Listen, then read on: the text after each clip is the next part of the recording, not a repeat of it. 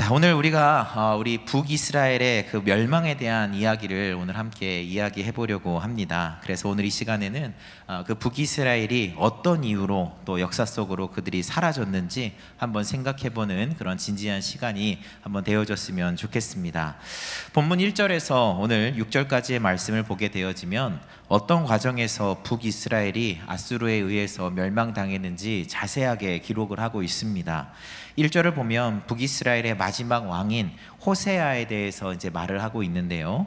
그가 북이스라엘의 왕이 될 수 있었던 것은 그 이전의 왕이었던 그 베가가 반 아수르 정책을 펼치고 있었던 왕이었거든요. 그런데 그런 가운데에서 아수르에게 찍히게 되면서 아수르의 왕이 북이스라엘을 공격하게 되어집니다. 그러면서 북이스라엘에 아주 심각한 피해를 입게 되어지거든요. 그로 인해서 친아수르 성향을 갖고 있었던 이 호세아가 내부의 그런 혼란스러움을 틈타서 바로 이 베가 왕을 죽이게 되어집니다. 그러고 나서 그가 주전 732년에 바로 북이스라엘의 다음 왕으로, 그리고 북이스라엘의 마지막 왕으로 그가 세워지게 되는 것이죠. 그런데 그 호세아가 왕이 된 이후에 몇 년이 지나서 그 아수르의 왕 디글렛 빌레셋 3세가 주전 727년에 그가 죽게 되어집니다. 그리고 그의 아들이었던 그 살마네셀 5세가 왕이 되어지면서 그가 5년 동안 722년까지 그가 아수르의 왕으로서 통치를 하면서 이제부터 그때 문제가 생기기 시작했다라는 거예요. 어떤 문제냐 하면 3절에 나와 있듯이 아수르의 살마네셀 왕이 군대를 이끌고 그가 왕이 되자마자 북이스라엘을 공격하려고 했다라는 겁니다. 그래서 그의 논란, 그 호세아는 살메네셀 왕에게 조공을 바치면서 그 위기를 겨우 벗어날 수 있었다라고 3절에서 이야기하고 있는 것이죠. 하지만 얼마 후에 호세아가 어떻게 보면 전혀 이해가 되지 않는 아주 치명적인 판단을 하게 됩니다. 그것이 본문 4절인데요. 본문 4절을 한번 읽어보면 그가 애굽의 왕 소에게 사자들을 보내고 해마다 하던 대로 아수르 왕에게 조공을 드리지 아니하매라고 이야기하고 있습니다. 즉 호세아는 애굽과의 손을 잡으면서 그 아수르에게 대항할 수 있을 것이라고 어떻게 보면 판단을 했는지 호세아는 애굽의 왕 소에게 사절단을 보내어서 동맹을 맺자고 청하게 되어지고 그 애굽과의 동맹을 맺는 순간 호세아는 아수르에게 더 이상 조공을 바치지 않게 되어집니다.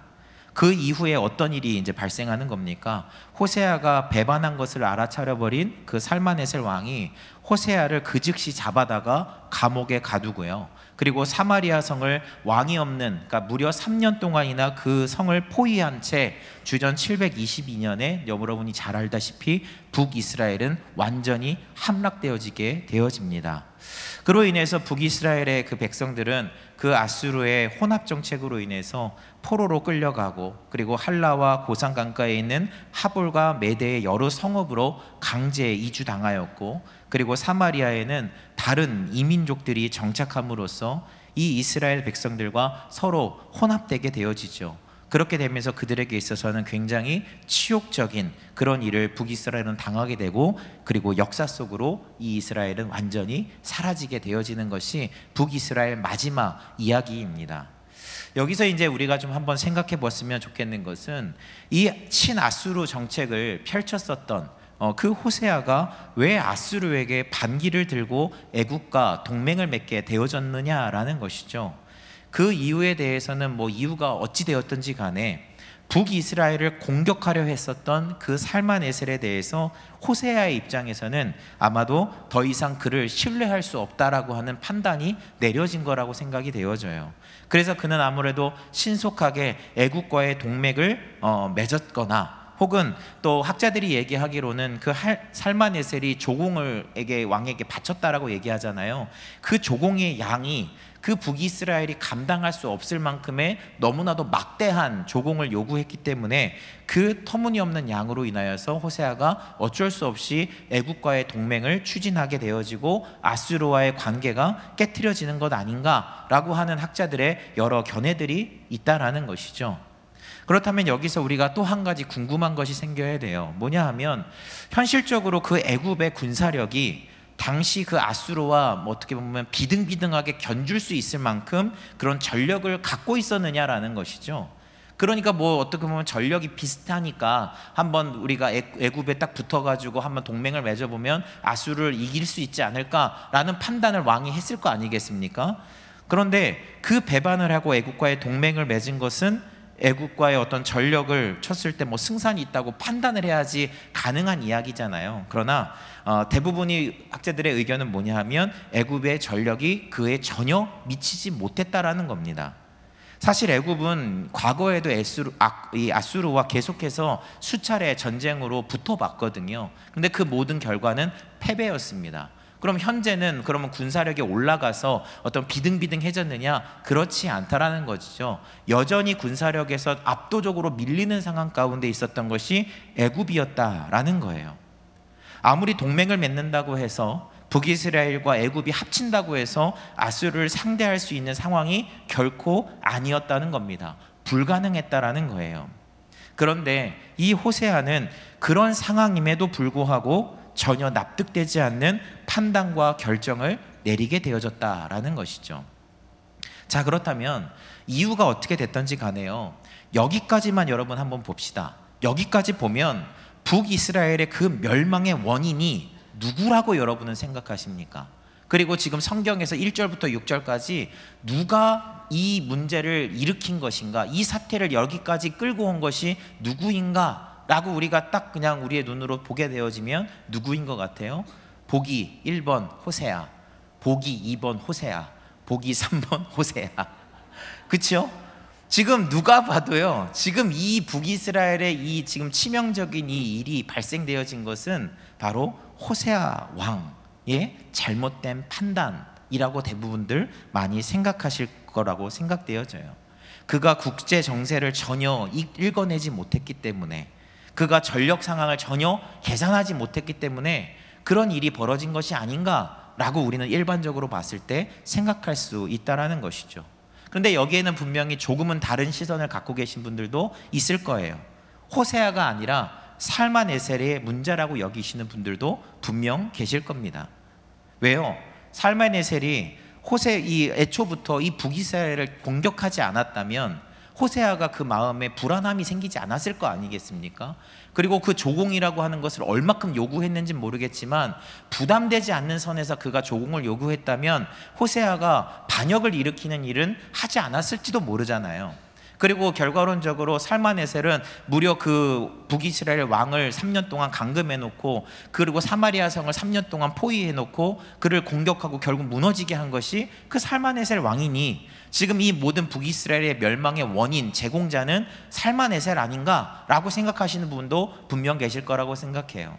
또요, 어떤 분들은 호세아가 정말 엉뚱한 생각을 이렇게 해서 제안을 했을 때 그것을 수락한 애굽의 왕 소가 문제 아니냐. 소가 차라리 처음부터 자기 주제 파악을 하고 우리가 아무리 합친다고 해서 될 문제가 아닙니다 라고 처음부터 선을 그었으면 지금 이 일이 벌어지지 않았을 텐데, 거절했으면 됐을 텐데 소가 그것을 수락을 하면서 왜 동맹을 맺는 순간 그런 일이 발생한 거 아닌가, 그래서 애초부터 소도 잘못된 판단 때문에 이 일이 벌어진 거 아닌가 라고 생각하시는 분들도 분명 계실 거라고 생각합니다. 근데 이 상태로 계속 가다 보면 결국 아담과 하와까지 갈 것 같아요. 그렇죠? 그렇게 갈 거예요. 어찌됐든 간에 오늘 본문을 통해서 우리가 분명하게 알 수 있는 것은요, 북이스라엘 멸망의 원인을 그 보는 시각이 서로 다른 원인과 결과가 나올 수 있다라는 겁니다. 그렇다면 과연 우리가 보는 그 원인과 그 결과가 우리가 생각할 때 이 사람 때문이야, 이 일 때문이야, 이 사건 때문이야 라고 보고 있는 우리 각자의 판단의 그 근거들이, 그 원인과 그 결과들이 과연 맞는 것일까 한번 우리가 생각해 보자라는 거예요. 여러분, 영국 작가 콜린 웨스트라고 하는 사람이 지은 동화에 그 핑크 대왕 퍼시라고 하는 동화가 있습니다. 이 핑크 대왕 퍼시라고 하는 이 왕은요, 핑크색을 너무너무 좋아해서 자신의 궁에 있는 모든 것들을 핑크색으로 만들고, 심지어 자기가 먹는 음식도 다 핑크색으로 도배를 할 정도로 핑크색에 굉장히 광적인 왕이었다 그래요. 그런데 그 사람이 왕궁뿐만 아니라 이것이 집착이 더 심해지다 보니까 성 바깥에 있는 자신이 다스리는 나라의 모든 것들도 핑크색으로 바꾸기를 원했다는 거예요.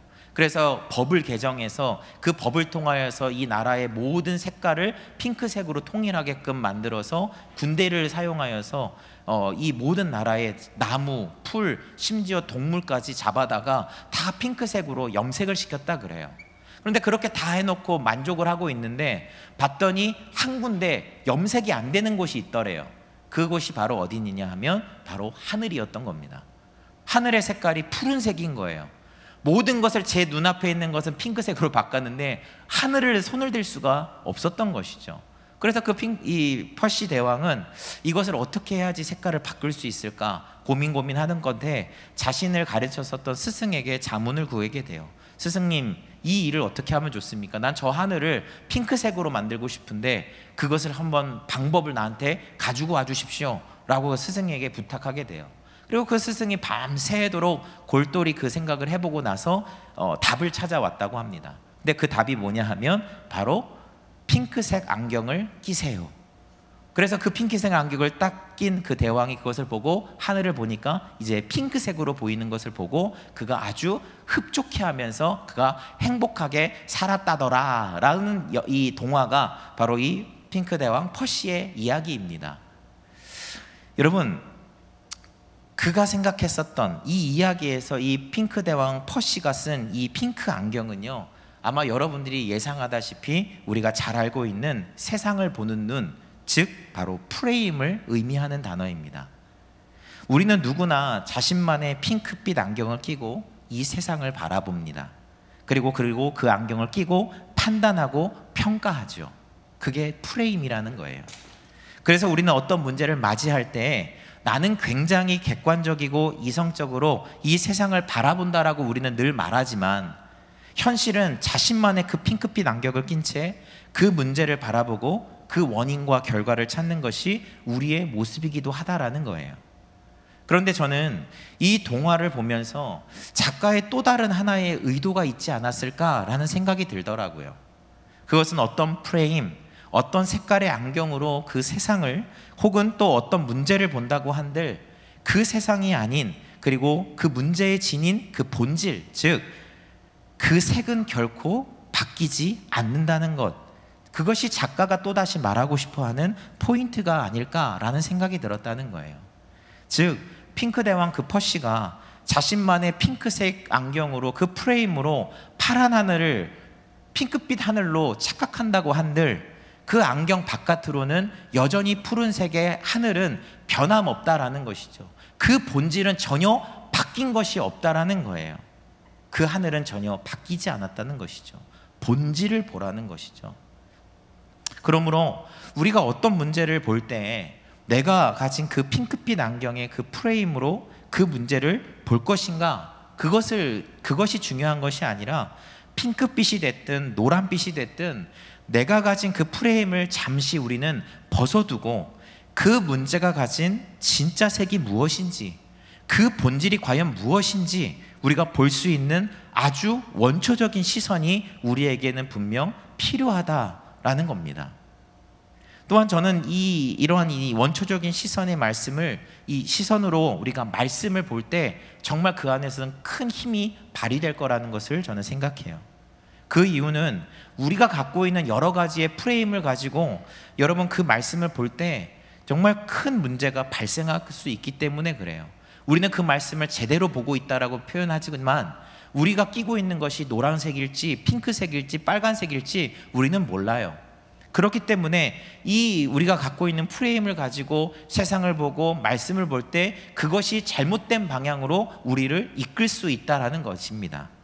즉 어떤 프레임으로 그 말씀을 보느냐에 따라서 그 원인과 결과가, 그리고 그 해결책이 하나님이 의도하시는 방향과 정반대로 엉뚱한 다른 길로 우리를 안내할 수도 있다라는 거예요. 여러분 성경 안에서는 많은 예가 있겠지만 오늘 본문만을 놓고 이제 다시 이야기를 좀 해볼게요. 왜 목사님이 갑자기 프레임 얘기를 하고 있나 라고 생각이 드실 텐데요.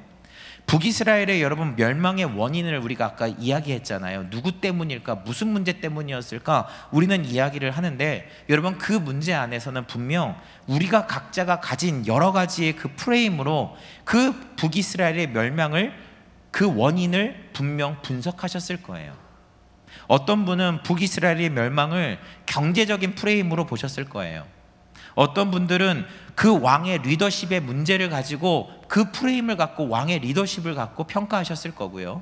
어떤 분은 또 국제적인 정세와 그런 군사력에 대한 프레임을 가지고 그것에 대해서 옳고 아니고의 잘못된 판단 아닌가라고 하는 여러 가지의 프레임들을 가지고 아까 우리 1절부터 6절까지의 북이스라엘의 멸망에 대한 원인과 결과를 찾아보려고 하셨을 거예요. 그런데 오늘 성경의 기자는요, 오늘 우리에게 이렇게 말하고 있습니다. 여러분이 가진 그 모든 프레임을, 모든 안경들을 벗어 던지시고 성경을 다시 보시기 바랍니다. 원초적인 시선으로 북이스라엘이 왜 멸망했는지 그 원인과 결과를 여러분 다시 보시기 바랍니다 라고 말하면서 오늘 본문에 숨겨진 본문인 7절에서 이렇게 시작하고 있는 겁니다. 7절입니다. 이 일은, 6절 다음 7절의 시작은 이렇게 시작돼요. 이 일은. 새 번역으로 이것을 다시 읽어볼까요? 이렇게 된 것은 이라고 말하고 있습니다. 즉 1절에서 6절까지의 북이스라엘의 멸망의 원인과 결과라고 여겼던 그 수많은 우리만의 그 프레임들은 결국 성경에서 말하고자 하는 진짜 본질을, 진짜 파란색의 하늘을 보지 못하게 하는 방해의 요소라고 말하고 있는 거예요. 그리고 이것을 증명하듯이 이제 7절부터 14절까지 북이스라엘의 멸망의 원인에 대해서 이 열왕기 기자가 이제부터 말하기 시작하는 겁니다. 우리 7절부터 14절인데요, 좀 길지만 우리 한 절씩 교독해 보도록 하겠습니다. 새 번역입니다. 이렇게 된 것은 이스라엘 자손이 자기들을 이집트 땅에서 이끌어내어 이집트 왕 바로의 손아귀로부터 구원하여 주신 하나님을 거역하여 죄를 짓고 다른 신들을 섬겼기 때문이며,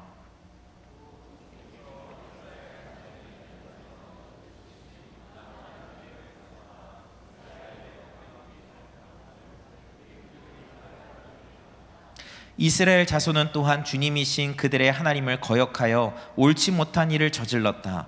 곧 망대부터 요새화된 성읍에 이르기까지 온 성읍 안에 그들 스스로 산당을 세웠으며,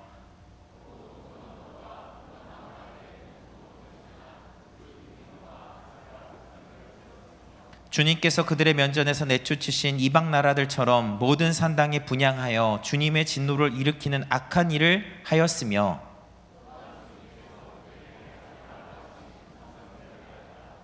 그런데도 주님께서는 이스라엘과 유다의 여러 예언자와 선견자를 보내어서 충고하셨다. 너희는 너희의 그 악한 길로부터 돌아서서 내가 너희 조상에게 명하고 또 나의 종 예언자들을 시켜 내가 너희에게 준 그 모든 율법을 따라 나의 명령과 나의 율례를 지켜라. 그러나 그들은 끝내 듣지 아니하였고 주님이신 그들의 하나님께 신실하지 못하였던 그들의 조상처럼 완고하였다. 그리고 23절 우리 마지막 한 절인데요, 함께 읽어보겠습니다. 마침내 주님께서는 그 종 예언자들을 보내어 경고하신 대로 이스라엘을 그 면전에서 내쫓으셨다. 그래서 그날에 이스라엘은 자기들의 땅에서 아시아로 잡혀가 있게 된 것이다. 아멘. 사랑하는 여러분, 주전 560년에서 550년에 쓰여졌다라고 추정하는 이 열왕기서는요, 남유다의 포로기 때 쓰여진 것으로 추정을 합니다. 열왕기서의 이 작성자는 북이스라엘의 멸망의 이 원인을 국제적인 어떤 정세나 그리고 호세아의 그 어리석은 판단으로 이 북이스라엘이 멸망했다라는 것을 말하고 싶어 하지 않았다라는 거예요. 분명 열왕기서 기자는 북이스라엘이 멸망당하고 지금 현재 남유다가 바벨론의 포로로 끌려간 것을 바라보면서 자신들이 왜 고향을 떠나서 현재 포로로 살아가고 있는가에 대한 그 해결책을 찾기 위한 그 이유를 계속해서 그는 질문하고 찾았을 거예요. 호세아 때문인가? 주변 국가 때문인가? 남유다의 멸망은 바벨론 때문인가? 그런 여러 가지의 수많은 프레임들로 수많은 핑크빛 안경을 서로 돌려 써가면서 그 원인을 찾으려고 했었던 게 열왕기 기자요 남유다 백성들이었어요. 그러나 그가 결국 찾은 그 마지막 해답은요, 자신이 가진 모든 프레임을 벗어 던져버리고 북이스라엘의 멸망의 본질을 제대로 직시하는 것이었어요. 그리고 열왕기서 기자는 7절에서 14절을 통해서 이렇게 말하는 거죠. 북이스라엘의 멸망은 그 누구의 무능함도, 그 누구의 강함 때문도, 그 어떠한 우연히 불러온 파급력도 아닌 오직 온 이스라엘 백성들이 하나님께서 베풀어 주신 그 은혜와 인내에 감사하지 않고 죄에서 돌아오지 않았기 때문입니다. 하나님은 우리를 너무나도 사랑하시지만 그는 그 누구보다 공의롭고 정의로우신 분이기 때문에 우리를 아수르를 통해, 바벨론을 통해 우리를 심판하신 겁니다 라고 그는 말하고 있는 것이죠. 여러분, 열왕기서 기자가 이와 같은 고백은 이 북이스라엘의 멸망에 대한 이유와 그리고 남유다의 포로됨의 이유가 모두 하나님 때문임을 알고 나서 그는 원망과 저주를 하나님을 향하여 쏟아붓고 있는 것이 아니라 오히려 기쁨과 탄성으로 이 고백을 하고 있다는 것을 여러분 기억하셨으면 좋겠어요. 왜 그가 그 기쁨과 탄성을 지를 수 있었던 것일까? 그것은요, 그에게 그전간에는 갖지 못했었던 새로운 그에게 프레임이 생겨났기 때문에 그렇습니다. 그 프레임이라고 하면 바로 비전이라고 하는 거예요. 비전이라고 하는 것은 단순한 꿈, 장래 희망을 말하는 것이 아니에요. 비전이라고 하는 것은요, 하나님의 시선으로 모든 것을 다시금 새롭게 보는 새로운 프레임을 말하는 겁니다. 하나님의 시선으로, 하나님의 마음으로, 하나님의 생각으로, 하나님의 뜻으로 그 문제를, 그 사건을, 그 말씀을 보고 그 안에 담겨있는 하나님의 꿈과 비전을 보는 것, 그것이 바로 새로운 프레임, 바로 비전이다라는 거예요.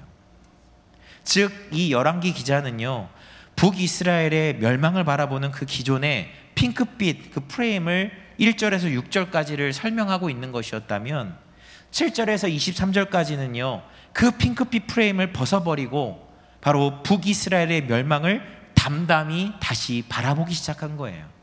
그리고 담담히 바라봤을 때, 그리고 그 원인이 자신들의 죄로 인한 하나님의 심판임을 그가 그 본질을 깨닫는 순간 비로소 열왕기 기자는 하나님의 시선으로, 하나님의 비전으로 그 북이스라엘의 멸망을 다시 재해석하기 시작하는 겁니다. 그리고 그 이 모든 일들이 하나님들이 하셨으니까, 그리고 다시 말해 우리를 다시 돌아오게 하시는 것도 하나님이시오, 그리고 우리를 다시 회복시키실 것도 하나님이시고, 하나님이시라고 하는 그분이 우리에게 새로운 희망의 메시지를, 하나님의 약속의 메시지가 지금 우리 열왕기 기자를 비롯한 지금 포로로 살아가고 있는 남유다 백성들을 향하여서 아무런 희망도 아무런 꿈도 꿀 수 없는 그 유다 백성들을 향하여서 하나님의 비전의 프레임을 씌워지는 순간 하나님께서 하셨던 그 말씀과 그 메시지들이 그들에게 다시금 솟아날 수 있었다라는 거예요. 새번역 성경으로 예레미야 29장 10절에서 14절까지를 제가 읽어드릴게요. 나 주가 분명히 말한다. 너희가 바벨로니아에서 70년을 다 채우고 나면 내가 너희를 돌아보아 너희를 그곳에서 다시 데리고 오기로 한 나의 은혜로운 약속을 너희에게 그대로 이루어 주겠다. 너희를 두고 계획하고 있는 일들은 오직 나만이 알고 있다. 내가 너희를 두고 계획하고 있는 일들은 재앙이 아니라 번영이다. 너희에게 미래에 대한 희망을 주려는 것이다. 나 주의 말이다. 너희가 나를 부르고 나에게 와서 기도하면 내가 너희의 호소를 들어주겠다. 너희가 나를 찾으면 나를 만날 것이다. 너희가 온전한 마음으로 나를 찾기만 하면 내가 너희를 만나주겠다. 나 주의 말이다. 내가 너희를 포로 생활에서 돌아오게 하겠다. 내가 너희를 쫓아보냈던 세상의 모든 나라, 모든 지역에서 너희를 모아오겠다. 내가 너희를 포로로 보냈으나 나는 너희를 그곳에서 너희의 고향으로 다시 돌아오게 하겠다. 나 주의 말이다. 아멘. 사랑하는 여러분, 그 열왕기서 기자는 자신이 가지고 있었던, 그리고 사람들이 생각하고 있었던 북이스라엘의 멸망, 남유다의 포로됨이 그냥 누군가의 잘못된 판단으로 이루어진 강대국의 엄청난 힘으로 인하여서 짓눌려져 버린, 무너져 버린 이 나라의 역사를 이야기하고 있는 것이 아니라 그들보다 더 위에 계신 그 모든 것들이 하나님이 하신 것이라고 하는 그것을 그가 그 본질 그대로를 깨닫고 나자 하나님께서 하셨던, 하나님께서 약속하셨던 그 말씀이 그들에게 다시금 들어가기 시작하면서 그 열왕기서의 뒤에 나와 있는 새로운 프레임, 바로 하나님께서 하셨다라고 하는, 그리고 하나님께서 우리를 돌아오게 하실 것이라고 하는 희망의 메시지가 그들에게 다시금 씌워질 수 있었고, 그들이 포로 가운데에서 희망을 가질 수 있게 되어진 겁니다. 그 이야기를 보시려면 이사야서 40장부터 55장까지를 보세요. 포로기 생활 속에서 하나님의 메시지가 선포되어졌었던 메시지가 이사야 40장부터 55장까지의 내용이거든요. 여러분, 그 말씀을 보시면 그 안에는 희망이 들어 있습니다. 하나님이 돌아오게 하실 것이다 라고 하는 비전이 그 안에 제시되고 있다라는 거예요. 사랑하는 여러분, 말씀을 마무리하려고 해요. 우리에게 벌어지는 여러분 수많은 일들, 내가 가진 여러 가지 색깔의 프레임으로 보면서 그것을 해석하려고 여러분 스스로 애쓰지 않으셨으면 좋겠어요. 우리가 먼저 해야 할 일은요, 이제 그만 나의 그 프레임들을, 우리의 프레임들을 벗어두고 세상의 프레임을 우선은 우리가 벗어두고 그 일들의 본질이 무엇인가, 그 말씀의 본질이 무엇인가 담담히 우리가 서서 바라보셨으면 좋겠어요. 그리고 그 담담히 그 말씀을, 그리고 나에게 일어난 그 모든 일들을 여러분 묵상해 보셨으면 좋겠어요. 그때 우리의 눈에는요, 내가 여지껏 지니지 못했었던 그 하나님의 비전이 여러분의 눈과 여러분의 귀에, 그리고 여러분의 마음에 분명 울리게 될 것입니다. 하나님의 비전으로 여러분의 삶을 다시 한번 이제 보시기를 바라요. 하나님의 비전으로 지금 다시 말씀을 여러분 다시 바라보셨으면 좋겠어요. 하나님의 비전으로 여러분 다시 꿈꿔 보셨으면 좋겠습니다. 그때 절망 속에서 여러분 희망이 보이실 거예요. 슬픔 속에서 여러분 기쁨이 보이실 겁니다. 고통 속에서 평안이 보일 겁니다. 그리고 그것은 결코 그냥 핑크빛 허상이 아니라 완벽한 파란 하늘, 그 하늘이 여러분에게 펼쳐지게 될 것입니다. 여러분, 여러분의 시선으로 여러분의 삶의 문제를 바라보지 마세요. 나 때문인가? 저것 때문인가? 저 문제 때문인가? 그렇게 판단하지 마시고요, 그 자리에 묵묵히 서셔서 나의 시선을 내려놓고 하나님의 시선으로 그 문제를 바라보셨으면 좋겠어요.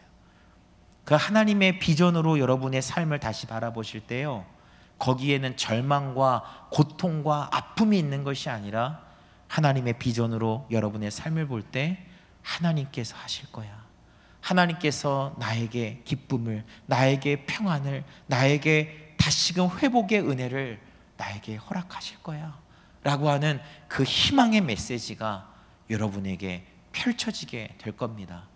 나의 비전, 나의 프레임을 버리시고 비전의 프레임을 다 착용하시는 우리 모두가 됐으면 좋겠습니다.